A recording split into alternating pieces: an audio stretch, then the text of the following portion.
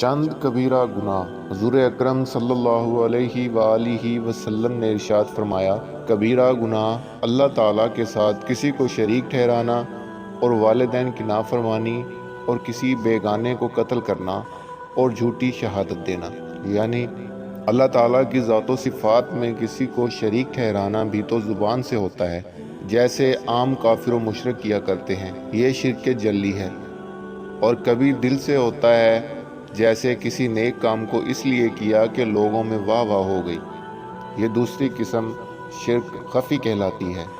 اس کا دوسرا نام ریا ہے، اسے دکھلاوا بھی کہتے ہیں۔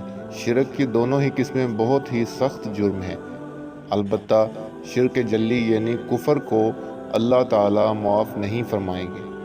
ماں باپ کی نافرمانی کو بھی اللہ تعالیٰ سخت ناپسند فرماتے ہیں۔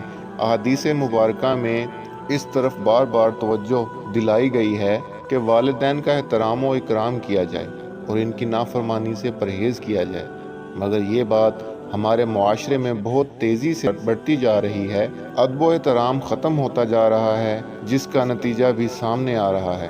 دنیاوی ترقی اور رزق کی وسعت میں والدین کے احترام و اطاعت کو بہت دخل ہے۔ چونکہ دنیا میں پرورش کا ذریعہ ماں باپ بنتے ہیں، گویا وہ اللہ تعالیٰ کی صفت ربوبیت کا مظہر ہوتے ہیں، اس لیے ان کی خدمت و اطاعت سے حق تعالیٰ دنیاوی عیش و مرتبہ زائد فرما دیتے ہیں۔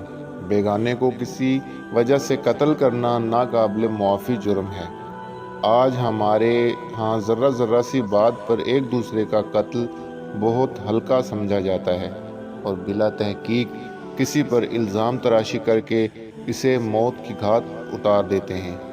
یہ چیز آخرت کی پکڑ اور جہنم کے عذاب کا سبب تو ہے ہی، دنیاوی بدامنی اور انتشار و پریشانی کا بھی بڑا سبب ہے۔ مزید ایسی اسلامک ویڈیوز دیکھنے کے لیے ہمارے چینل اسلامک ورلڈ کو سبسکرائب کیجئے، بیل آئیکن کو دبا دیجئے، اور اگر ہماری ویڈیوز اچھی لگیں تو لائک اور شیئر کیجئے۔ ٹل نیکسٹ ویڈیو، اللہ حافظ۔